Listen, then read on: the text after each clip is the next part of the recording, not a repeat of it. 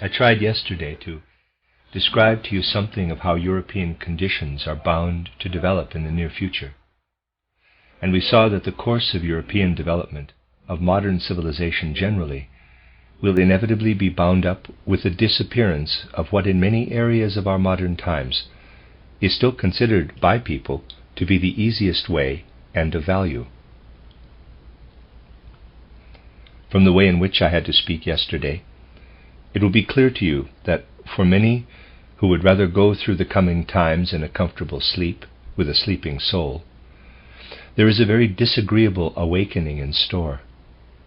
I do not say, I mentioned this yesterday already, that the prophecies of those who see the most central matter of the near future as lying in such external things as the differences between Japan and America must be absolutely correct. But what must be regarded as imminent is what I characterized for you in a few brushstrokes as the great spiritual battle between East and West, in which the true culture of Middle Europe, as we have come to know it in recent weeks, will be wedged.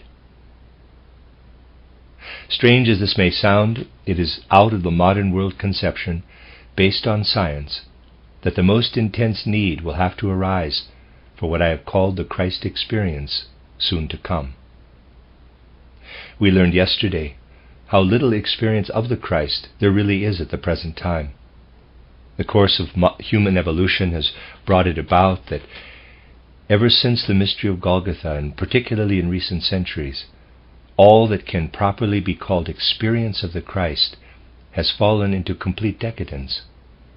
We saw too that because of the impossibility of adhering to the old prohibition against reading the Gospels, which in theory is indeed still maintained by the Catholic Church against humanity's demand to be able to receive and read the Gospels, an experience of Christ has not been able to develop.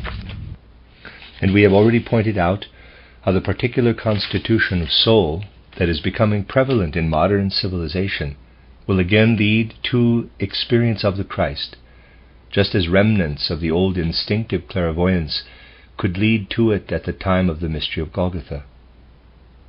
But one has to be clear that just as other crucial, incisive events in human evolution came about in ways other than is expected among Philistine circles, so too what one must call the Christ experience of the first half of the 20th century will come in an unexpected way. And this experience will have a clearly definable connection with a modern outlook on life based on science. Consider the following. Since the middle of the 15th century, the constitution of people's souls has become quite different from what it was before that time. History does not take this into account because external history ever and again remains at the surface of things.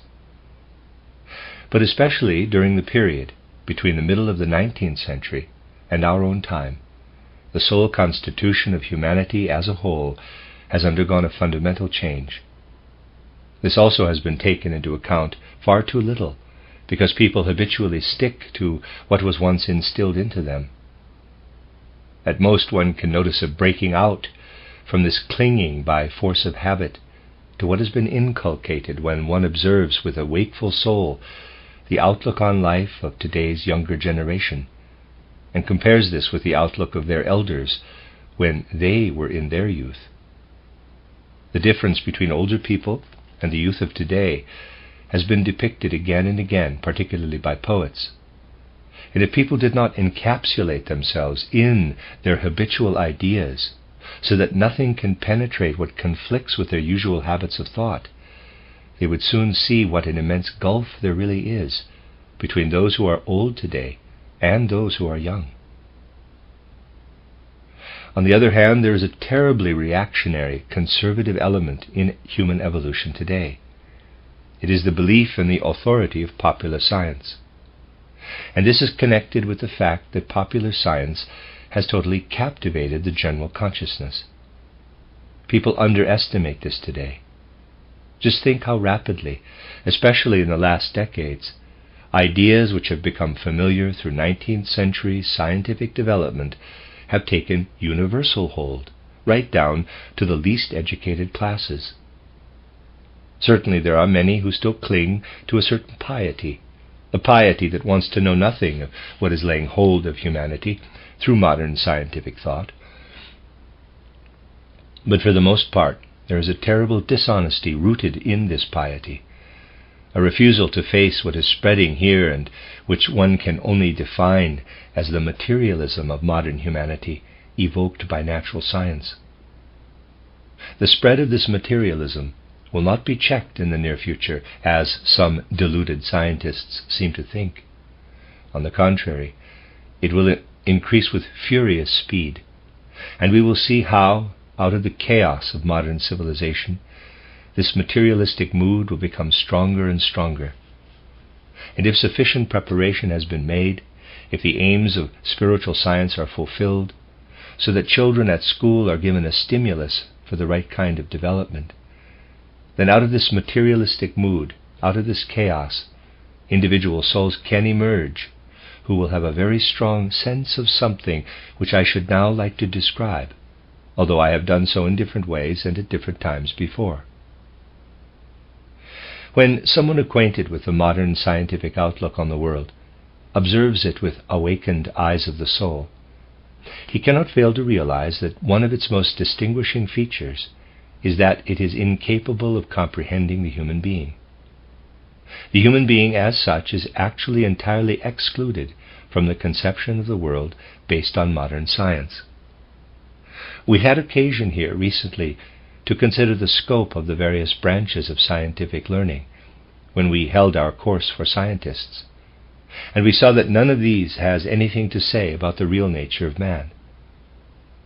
We need only give one characteristic example. Take the usual theory of evolution expounded under the influence of Darwin or Weismann or others. It demonstrates the evolution of the living creature from the simplest to the most perfect, and lays down the view that man also derives his origin from this line of evolution. But actually it takes into consideration only that element of man that is animal. It considers man only so far as to be able to say that any organ, any structure in man derives from the corresponding organ or structure in the animal line. Science ignores the extent to which the animal element in man appears in a modified form, the extent to which the animal nature in man differs from that of the animal world. The ability to keep man himself in view has been completely lost by science. Man is left out. Science has developed scrupulous methods. It has established a certain discipline that is necessary if one means to enter into discussion on world views. But this science has not been capable of raising man's power of understanding to the point where man himself becomes comprehensible. There is no place for the human being in the scientific thought of today, and thus he presents an ever greater riddle to himself. Only a very few people are aware of this today, and these few can certainly be clear about it theoretically, but there is as yet no unified feeling for it. Such a feeling will arise with vigor from properly conducted elementary education. The children will come out of properly conducted elementary education in such a way that they will already have the feeling, quote, "We have a science which is born out of modern intellectuality, but the further we enter into this science, the more we learn of nature, the less we understand of ourselves, the less we understand of the human being." Close quote. This intellect, which was the principal soul force developing in recent centuries, and is so still today, this intellect creates a complete void in man, so to speak, as regards his perception of self. And yet, on the other hand, we hear the demand that man should stand solely on the basis of his own being. This comes forward, as I should say, a fundamental social demand. Side by side with the inability of the science of recent times to account for the human being, we have on the other side claims of all kinds coming not from any scientific impulse, but from the depths of human instinct. demands that man be able to raise himself to an existence worthy of the human being, that he should be able to feel what his real nature is. While, on the one hand, we have more and more demands of a practical kind, on the other we have the increasing inability of science to say anything about the human being's own nature. Such a discrepancy in human experience would have been quite impossible in earlier times of human worldview development. If we turn once more to the ancient Oriental outlook, we must say, from what we have been able to indicate of this, that the human being knew then that he descended from spiritual heights, that he lived, before he entered into physical existence through conception and birth, in a spiritual world. He knew that he brought with him from the spiritual world something that was still in him, something that came out in childhood as disposition, as aspiration, and remained with him through the whole of his life on earth. In ancient times, every Oriental knew that what worked its way out of his soul during childhood, in youth, was a dowry from the spiritual worlds, which he had experienced before entering into physical existence. To be aware, theoretically, that one has passed through a spiritual life of this kind before one's life on earth has no very great value, but a lively feeling for it is worth a great deal. It is something of the greatest value to feel that what has been growing and developing in one's soul since childhood comes from the spiritual world. Today, however, this feeling has given way to another. It has given way, both in the individual and more especially in the social life, to another feeling entirely. And there is something important here which must be looked at. More and more there weighs down upon the human being, half-consciously, the feeling of his inherited characteristics. Anyone who is able to view this impartially sees how the human being today actually feels that he is what he is through his parents, his grandparents, and so on. Unlike the human being in ancient times, he no longer feels that what flames up in him from childhood onward comes from those depths in which is rooted that which he received from his spiritual experiences before his life on earth. On the contrary, he feels in himself the characteristics inherited from parents, grandparents, and so on. The first thing people ask about a child nowadays is from whom it has got this or that characteristic. And the reply, however, is seldom that the child has it as a result of this or that particular experience in the spiritual world. People look instead to see whether it comes from the grandmother or grandfather, and so on. The more this emerges in individual people, not merely as a theory but as a feeling of dependence on purely earthly inherited characteristics, the more oppressive and dreadful will it gradually become. And this feeling will increase in strength very rapidly. In the decades ahead it will intensify to the point of becoming unbearable, for it is connected with another feeling, a certain feeling of the worthlessness of human existence. This will arise more and more, that the human being will feel his existence to be worthless, if he cannot feel it to be anything other than the sum total of what has been implanted in his blood and in his other organs by physically inherited characteristics. Today what is emerging here is still to a certain extent mere theory, although there are poets who have already expressed it as experience. But it will emerge as a feeling, as a sense, and it will then become an oppressive characteristic in the feeling life of civilized humanity. This experiencing of oneself in the purely inherited characteristics will lie like a weight on the soul. It is here that the inability of natural science to give man an understanding of himself shows itself in all its poverty. The human being no longer feels himself to be a child of the spiritual world, but merely a child of characteristics inherited in the course of earthly physical existence. All this is very forcibly manifest in social life.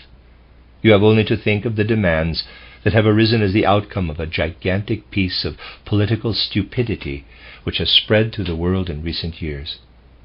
This folly slowly gathered strength during recent centuries, and then came to a climax in our own day.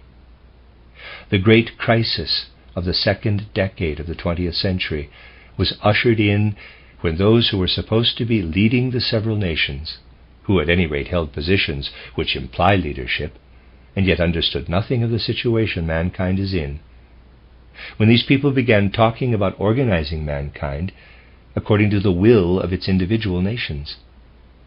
It was indeed in our recent times that national chauvinism was aroused in its very worst sense.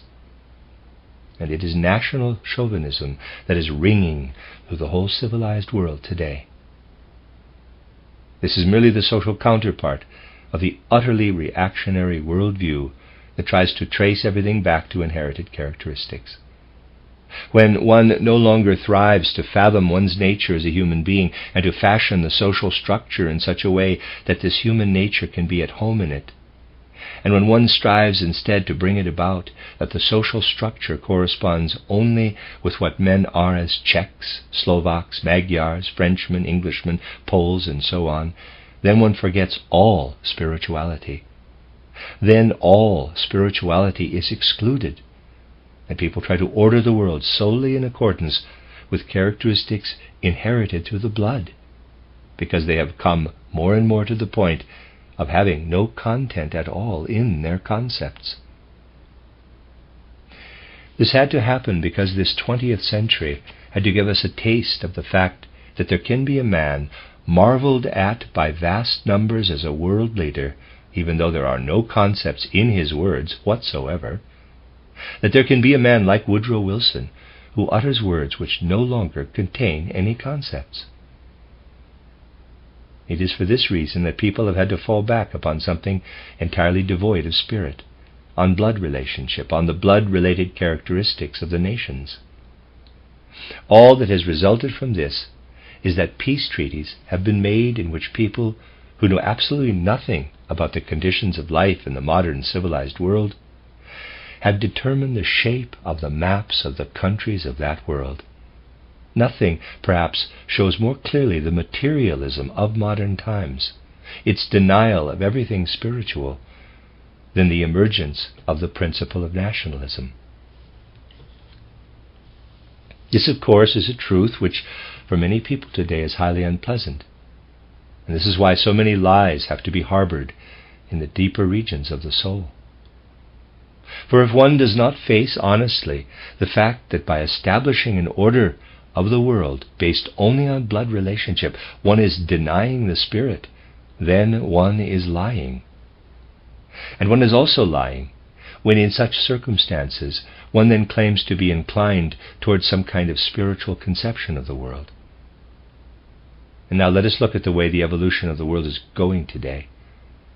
Everything that is welling up out of the chaotic instincts of humanity denies the spirit utterly. I put you through a trial yesterday in order to spare your delicate nerves, which I noticed yesterday to some extent. I will not add any more trials, although they could easily be added. Thus we see on all sides how man has lost insight into the true nature of his being. And let us now consider from a spiritual scientific standpoint the counter-image of what I had to describe as a feeling that is surging up. You know that spiritual science shows how our earth planet, upon which the human being has to experience his present destiny, is the re-embodiment of 3 preceding conditions, and how we have to look forward to 3 subsequent embodiments, so that our earth schematically is in a midway state. Now we know from what is described in my title, Occult Science, that what the human being bears today as his physical body is essentially an inheritance from the 1st, 2nd, 3rd, and 4th conditions. What he bears as his etheric body is a result of the 2nd, 3rd, and 4th conditions. What we call his astral body is the result of the 3rd and 4th conditions. And now in our present earth evolution, the capital I is appearing. And there will appear in the future, when the earth enters its next stages, what today is indicated in the human being only in germ, spirit self, life spirit, and actual spirit man. These will have to be elaborated in the human being, just as physical body, etheric body, and astral body have been elaborated, and just as the eye is being worked on at the present time. But you will know, if you reflect on how much of this cosmic, earthly evolution can be brought to you, that during earth evolution, only the germs of spirit self, life spirit, and spirit man will be able to evolve. For we shall have to wait for the transformation of the earth into its three following conditions for them to appear fully. And from the descriptions I have given in my occult science, you will see that essentially spirit self is the transformation of the astral body into a higher stage, that life spirit is the transformation of the etheric body to a higher stage, and spirit man is the transformation of the physical body to a higher stage. This transformation of the physical body, however, will not take place until the seventh condition, nor correspondingly the transformation of the other members. Today, however, the human being can already understand that this has to happen. He can already embrace the thought that it must happen. Indeed, the human being can grasp still more today if, without prejudice, he gets beyond the limitations of natural science and directs his soul's gaze upon his own nature. He will have to say to himself, quote, "It is true that during earth existence I cannot attain spirit self in my astral body, nor life spirit in my etheric body, nor spirit man in my physical body, but what I have to do is to prepare, to prefigure them in my soul. And by developing the consciousness soul now, I am preparing myself to take spirit self into it in the sixth culture epoch. I know that I cannot yet bring spirit self into my entire astral body, but I have to bring it into my consciousness soul.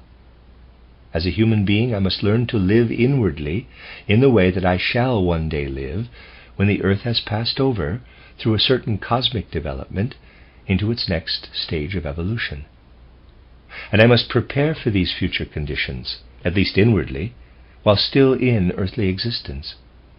I must prepare myself in germ inwardly, so that in the future I shall be able to shape my outer form in the way which it is my task, even now, to understand." Close quote. Now try and sense clearly what is really involved here. The human being is already growing into spirit self, as I have often explained. The human being is growing into states of consciousness, of which he must say that they are really of such a nature that during the period of earth existence they cannot emerge fully. These states of consciousness try to transform him even as regards his external sheaths, his astral body, etheric body, and physical body. But as earthly man he cannot achieve this. He has to say to himself, quote, "I must pass through the rest of earth evolution, continually feeling that I am preparing myself inwardly for conditions of being I cannot yet develop." Close quote. In future, it will have to be the normal thing for a human being to say, quote, "I see the being of man as something which in its inner nature grows beyond what I can be as earthly man. As earthly man, I am forced, in a sense, to feel myself as a dwarf compared with what the human being really is." Close quote. And out of this dissatisfaction, which properly educated children will begin to have in the very near future, this feeling will arise. The children will feel that despite all our intellectual culture, people are still not able to solve the riddle of man. Man is missing from what can be known intellectually. He has no place in the social structure. Everything that will develop out of the foolish Wilsonian formulas and out of any other form of chauvinism that spreads over the world will be quite unworkable. Through all such things, modern civilization is heading toward impossible situations. However many more national states you set up, you will provide only so many more seeds of destruction. And it is just out of everything that is loaded onto human souls as a result of modern civilization that the feeling I have just described from another point of view will proceed. The human being will say to himself, quote, "The being of man that lights up inwardly for me is something much higher than anything I can realize externally. I must bring something quite different to the world. I must bring something quite different into the social structure, something that is recognized as coming from spiritual heights. I cannot entrust myself to the social science derived from natural science." Close quote. But the human being must sense the inner schism between his dwarf-like existence on earth and the experience that lights up within him of himself as a cosmic being. Out of all that modern culture, this much praised, idolized culture of today, can give the human being, a twofold feeling will develop. On the one hand, he will feel himself as belonging to the earth. On the other, he will say, quote, "But the human being is more than an earthly being.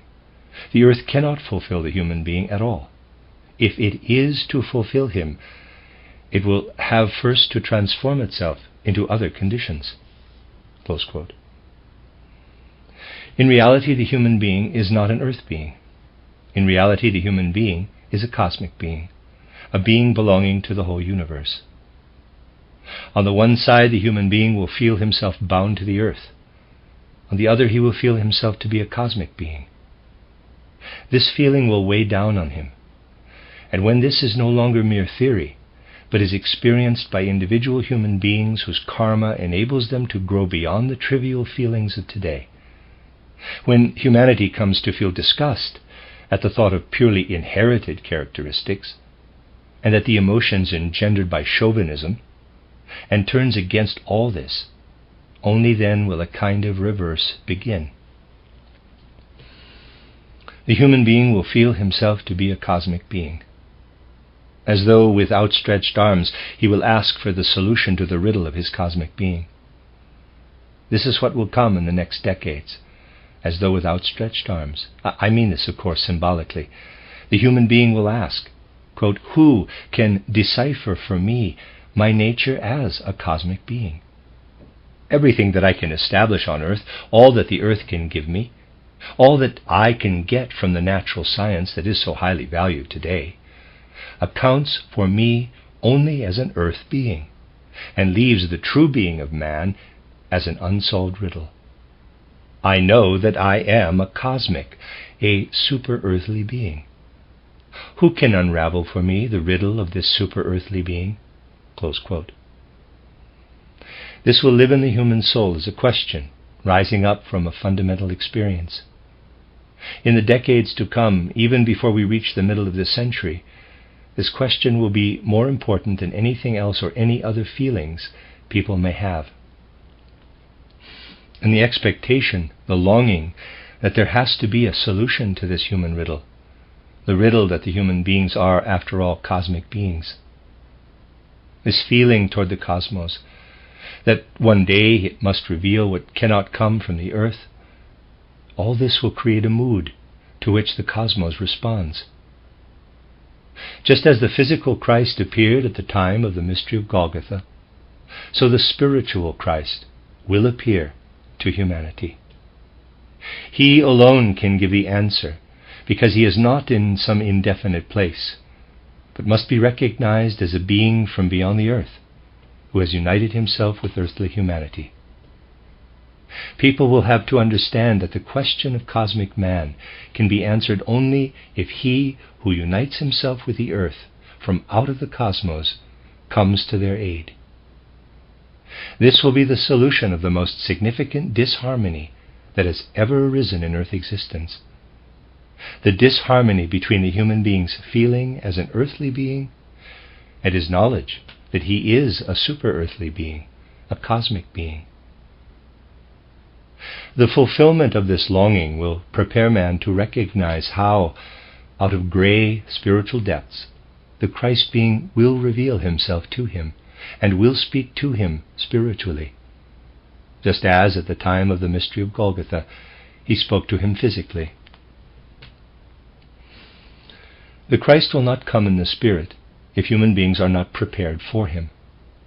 But they can be prepared only in the way I have just characterized. by sensing the discrepancy I described, by the schism weighing terribly heavily upon them, from which they feel, quote, I must regard myself as an earth being. The intellectual development of recent centuries has created the conditions which make me appear as an earth being. Yet I am no earth being. I cannot but feel myself united with a being who is not of this earth, a being who, not with theological mendacity, but in very truth can say, my kingdom is not of this world, close quote. For man will have to say to himself, quote, my kingdom is not of this world, close quote. And this is why he will have to be united with a being who is not of this world. It is directly out of the sciences, which, as I have said, will take possession of the popular consciousness with tremendous speed, that something must be developed which will direct mankind toward the new manifestation of the Christ in the first half of the 20th century. This, of course, could not have happened in the constitution of soul in which the civilized world was before 1914, when all talk of ideals, all talk of spirituality was fundamentally a lie. Deep need will have to make human beings search for spirituality, a true one. And the Christ will appear only to those who renounce everything that spreads falsehood over earthly life. And no social question will be solved that is not thought out in connection with this spiritual scientific endeavor that enables the human being to appear in truth once again as a super-earthly being. The solutions to our social problems will be found to the degree in which human beings are able to feel the Christ impulse in their souls. All other solutions will lead only to destruction, to chaos, for all other solutions are based on the conception of man as an earthly being. But precisely in our own day, the human being is outgrowing the constitution of soul, which permits him to think of himself as a purely earthly physical being. The new experience of the Christ will arise out of the attunement of human souls and out of their need. But awareness must all the more be directed toward everything that hinders the approach of this new Christ experience. We had to refer directly to attacks on our own affairs, and have seen that here also people take up an attitude toward the emerging spiritual science, such that they fight against it out of an inner untruthfulness. One experiences something in this area today which must be kept in view completely impartially. Almost every day at the moment, spiritual science is, as it were, killed off at least once. The most recent of these death blows was the one dealt by a theology professor, Karl Goetz, in agreement with another doctor of divinity, a certain Heinzelmann. I will disregard the fact that this doctor of divinity, Karl Goetz, has made an attack on spiritual science, or so-called spiritual science, as he terms it, for example in his newspaper article. We are having to get used to these things more and more here in Dornach. But one can also look from another point of view at everything that has been perpetrated by this doctor of divinity, Goetz. One can look at it from the point of view of how lacking in knowledge is this official erudition, which has the education of contemporary youth in its care. One can deduce from this that there is an attack here on spiritual science. But one can look at the following, and I will highlight a few characteristic points, although only from the newspaper article, which, according to this attack, are supposed to occur. The methods of knowledge in spiritual science are referred to here by a man whose profession it is to speak about Christology, who gains his daily bread by educating youth in Christology. This man says about the methods used to gain knowledge in anthroposophical science that the imaginations sought are the result of when the mental activity of forming ideas is artificially inhibited and suppressed. He says that the nervous energy saved in this way is then used to produce the mental images which anthroposophists call imagination and intuition. So, just take a look at what this man says. Artificially constrained and repressed mental picturing activity, and in the process saved neural energy. One can disregard the fact that this man can, of course, only speak of saved neural energy as a vague hypothesis, for no one in science today can picture anything under the term of saved neural energy. But he nevertheless talks of artificially constrained and repressed mental picturing activity. Has this man, in his, quote, scientific conscientiousness, close quote, I choose the words carefully in this case, and thus say in inverted commas, in his, quote, scientific conscientiousness, close quote, ever really occupied himself with what, for example, is applied here as the methods of knowledge for coming to imagination? Is it possible to speak here about constrained or repressed mental picturing activity? Now, if he decided to look at some anthroposophical literature, this man would be able to answer this. Those mental pictures which he considers to be his normal ones are indeed not repressed.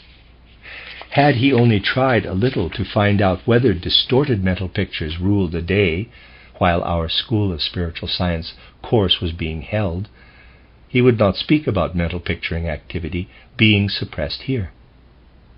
There is still plenty of unsuppressed mental picturing life here, which, at least with regard to many a specialized science, is well able to understand what this man can understand.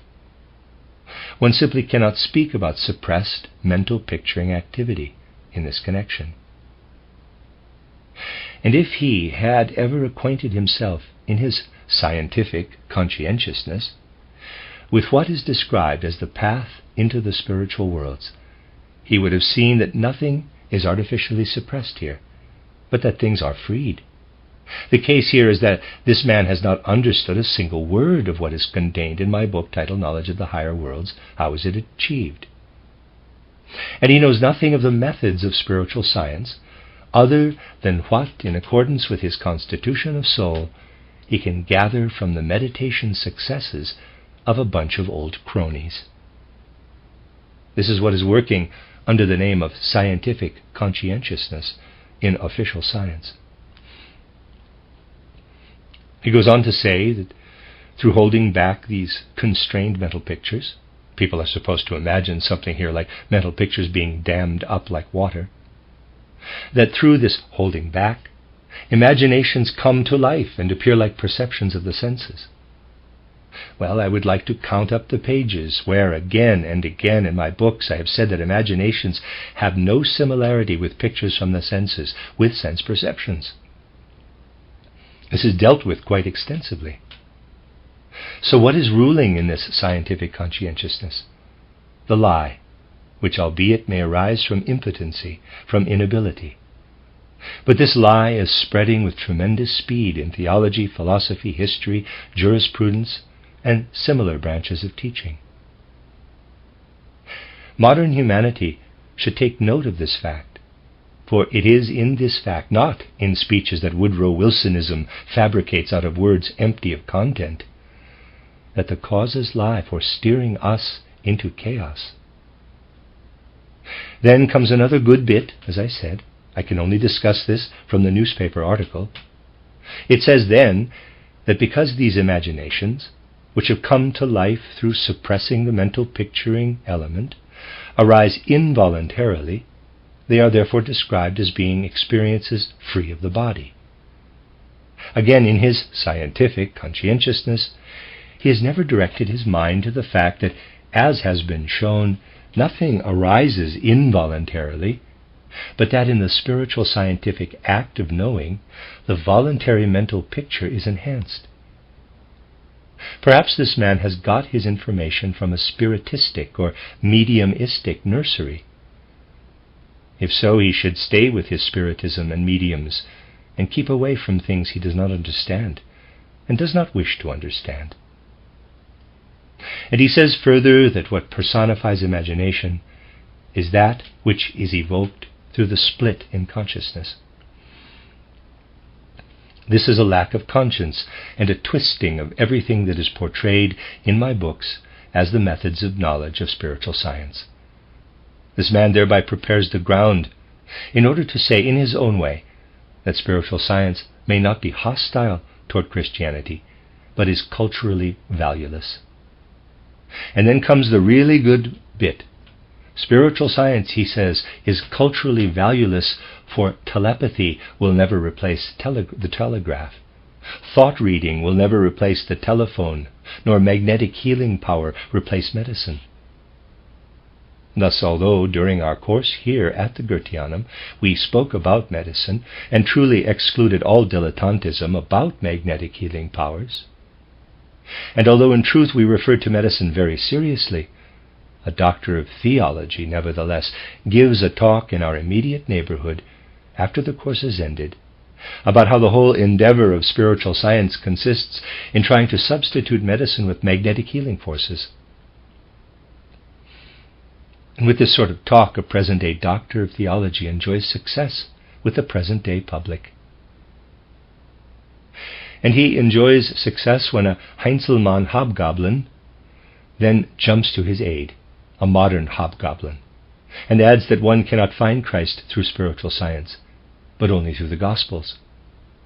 Now, someone should just ask this hobgoblin, which Gospel? One should ask him, what have you done to the Gospels with your theology?